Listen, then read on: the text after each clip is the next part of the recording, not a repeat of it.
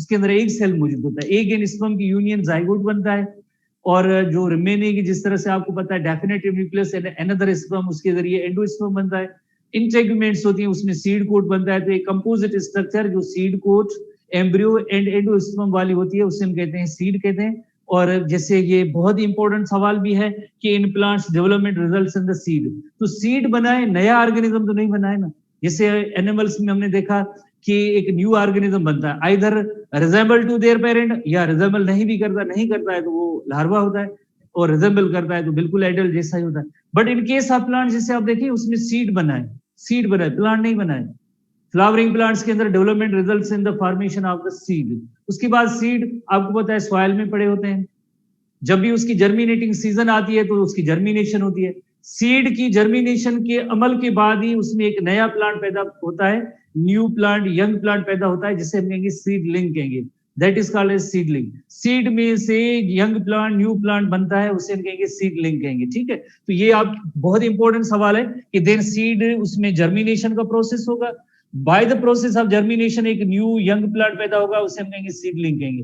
Then आप देखते हैं कि इसी यंग प्लांट को एक ग्रोथ के फेज से गुजरना है। जब ये ग्रोथ कंप्लीट होगी तो आपको पता है कि ये देन जो है एडल्ट और मैच्योर फॉर्म में आता है, वरना जैसे ग्रोथ इज नीडेड, अदरवाइज जैसे हमने देखा है सीड की जर्मिनेशन से फौरन एक छोटा सा यंग प्लांट पैदा होता है, मिनिएचर की मीनिंग होती है स्मॉल इन साइज, तो उसे हम कहेंगे सीडलिंग। इसी तरह से एनिमल्स में भी यही सेम होता है कि अगर जो at the time of birth और at the time of hatching from the eggs, जो यंग वन की जो साइज स्मॉलर होती है उसको देन ग्रोथ की फेज से गुजरना है। तो देन जैसे ह्यूमन बीइंग के हवाले से हमने नोट किया 18 और 21 ईयर्स तक जो उसकी जाके कंप्लीट ग्रोथ होती है, तब तक उसकी साइज भी बड़ी होती रहती है, वेरियस पार्ट्स की डेवलपमेंट भी होती है, मैच्योरिटी होती है, तो ये उस अमल को हम कहेंगे ग्रोथ कहेंगे। तो ये जैसे आप देखिए हमने दो टर्म सीखी, एक है डेवलपमेंट है, दूसरा है ग्रोथ है।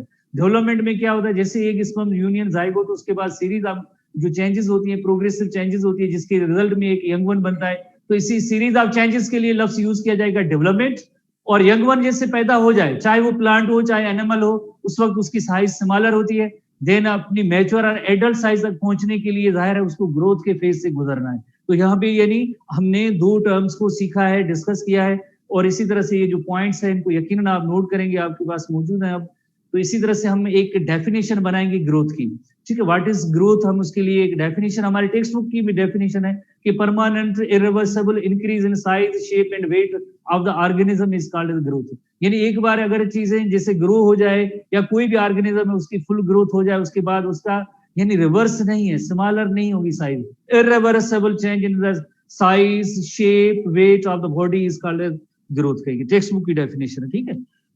तो ग्रोथ है permanent irreversible change in size, weight and shape is called as growth. इसी तरह से हम शॉर्ट फॉर्म में ये लिखते हैं कि कोई भी न्यू बॉर्न है या न्यू वन जो ऑर्गेनिज्म बनता है, वो मैच्योर और एडल्ट साइज तक तब भी पहुंचेगा जब उसके ग्रोथ के जरिए उसको जो है पास होना है, ग्रोथ होगी तो ये मैच्योर और एडल्ट साइज तक पहुंचेगा। तो ये सारी छोटी छोटी चीजें हैं, यकीनन आप समझ सकते हैं। बायोलॉजी के स्टूडेंट है, नियरली जो आप जो मेडिकल के स्टूडेंट है, तो मीन्स ये सारी पॉइंट्स आप आसानी से इनको याद कर सकते हैं।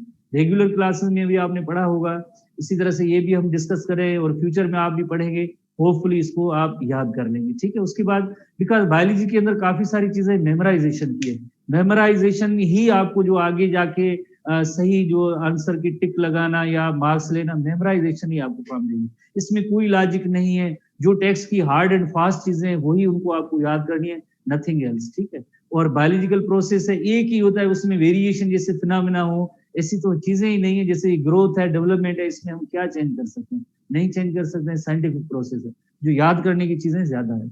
इसी तरह से हम आते हैं ग्रोथ इन प्लांट्स भी आएंगे और इसी तरह से एनिमल्स की भी तरफ जाएंगे। तो ग्रोथ इन प्लांट्स के हवाले से अगर आप जैसे देखें, एक सीड था, उसमें से लाइक एक छोटा प्लांट पैदा हुआ है, अभी ये छोटा यंग है, और इसे हम कहते हैं सीडलिंग कहते हैं। तो अब इसको मैच्योर और एडल्ट साइज तक पहुंचने के लिए यकीनन जैसे हम कहते हैं कि लाइक इसको जो है किससे पास होना, ग्रोथ के फिनोमेना से पास होना है।